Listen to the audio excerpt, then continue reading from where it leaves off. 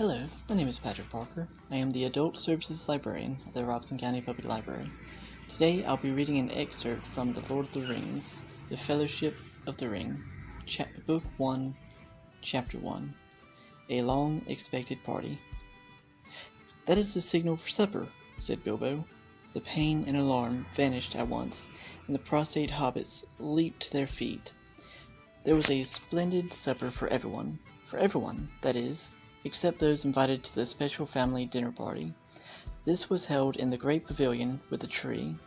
The invitations were limited to 12 dozen, a number also called by the hobbits as one gross, though the word was not considered proper to use of people, and the guests were selected from all the families to which Bilbo and Frodo were related, with the addition of a few special unrelated friends such as Gandalf. Many young hobbits were included and presented by parental permission, for hobbits were easygoing with their children in the matter of sitting up late, especially when there was a chance of getting them a free meal. Bringing up young hobbits took a lot of provender. There were many Baggins and Boffins, and also many Tooks and Brandybugs. There were various Grubbs, relations of Bilbo Baggins' grandmother, and various Chubbs, connections of his Took grandfather, and a section of Burrowses, Bolgers, Broshy Grinders, Brockhouses, Goodbodies, Hornblowers, and Proudfoots. Some of these were only very distantly connected with Bilbo, and some of them had hardly ever been in Hobbiton before, as they lived in remote corners of the Shire. The Sackville Bagginses were not forgotten.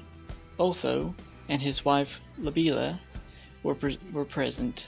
They disliked Bilbo and detested Frodo, but so magnificent was the invitation card written in golden ink that they had felt it was impossible to refuse. Besides, their cousin Bilbo had been specializing in food for many years, and his table had a high reputation.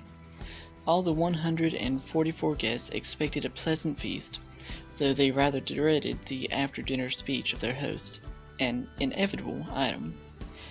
He was liable to drag in bits of what he called poetry, and something, after a glass or two, would allude to the absurd adventure of his mysterious journey. The guests were not disappointed. They had a very pleasant feast.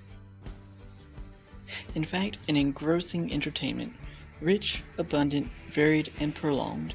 The purchase of provisions fell almost to nothing throughout the district in the ensuing weeks, but as Bilbo's catering had depleted the stocks of most stores, cellars, and warehouses for miles around, that did not matter much.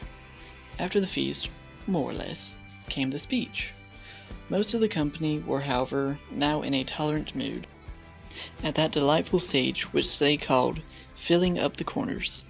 They were sipping their favorite drinks and nibbling at their favorite dainties, and their fears were forgotten. They were prepared to listen to anything and to cheer at every full stop. "My dear people," began Bilbo, raising in his place. "Here, here, here," they shouted, and kept on repeating it in chorus, seeming reluctant to follow their own advice. Bilbo left his place and went and stood on a chair under the illuminated tree. The light of the lanterns fell on his beaming face. The golden buttons shone on his embroidered silk waistcoat. They could all see him standing, waving one hand in the air. The other was in his trouser pocket.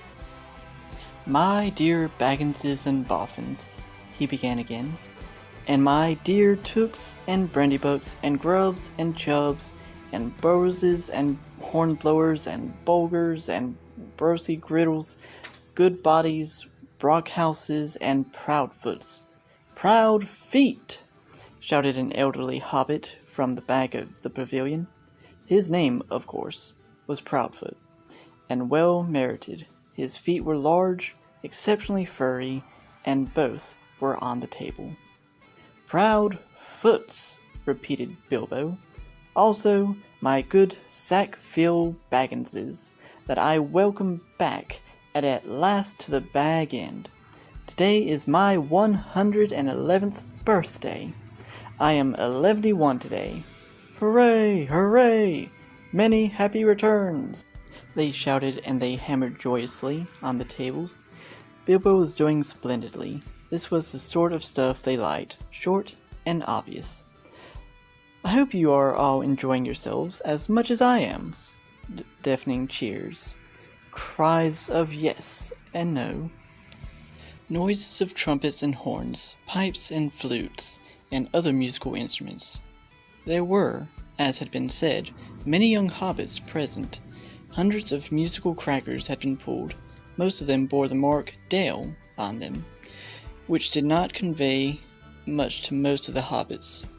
But they all agreed they were marvelous crackers. They contained instruments small, but of perfect make and enchanting tones. Indeed, in one corner, some of the young Tooks and Brandybucks, supposing Uncle Bilbo to have finished, since he had plainly said all that was necessary, now got up an impromptu orchestra and began merry dance tune. Master Everard Took and Miss Melliot Brandybuck got on the table and with bells in their hands began to dance the Springle Ring, a pretty dance, but rather vigorous. But Bilbo had not finished. Seizing a horn from a youngster nearby, he blew 3 loud hoots. The noise subsided. "I shall not keep you long," he cried. Cheers from all the assembly. "I have called you all together for a purpose." Something in the way he said this made an impression. There was almost silence, and 1 or 2 of the Tooks pricked up their ears. "Indeed, for 3 purposes. First of all, to tell you that I am immensely fond of you all, and that 11 years is too short a time to live among such excellent and admirable hobbits." Tremendous outburst of approval. "I don't know half of you half as well as I should like, and I like less than half of you half as well as you deserve." This was unexpected and rather difficult. There was some scattered clapping, but most of them were trying to work out and see if this came to a compliment. "Secondly, to celebrate my birthday." Cheers again. "I should say our birthday, for it is, of course, also the birthday of my heir and nephew, Frodo. He comes of age and into his inheritance today." Some perfunctory clapping by the elders, and some loud shouts of "Frodo! Frodo! Jolly old Frodo!" from the juniors. The Sackville Baggins scowled, and wondered what was meant by "coming into inheritance." "Together we score 144. Your numbers were chosen to fit this remarkable total. 1 gross, if I may use the expression." No cheers. This was ridiculous. Many of his guests, and especially the Sackville Bagginses, were insulted, feeling sure they had been only asked to fill the required number, like goods in a package. 1 gross indeed. Vulgar expression. It is also, if I may be allowed to refer to ancient history, the anniversary of my arrival by barrel at Esgarth on the Long Lake, though the fact that it was my birthday slipped my memory on the occasion. I was only 51 then, and birthdays did not seem so important. The banquet was very splendid, however, though I had a bad cold at the time. I remember and could only say, "Thank you very much." I now repeat it more correctly. Thank you very much for coming to my little party. Obstinate silence. They all feared that a song or some poetry was now imminent, and they were getting bored.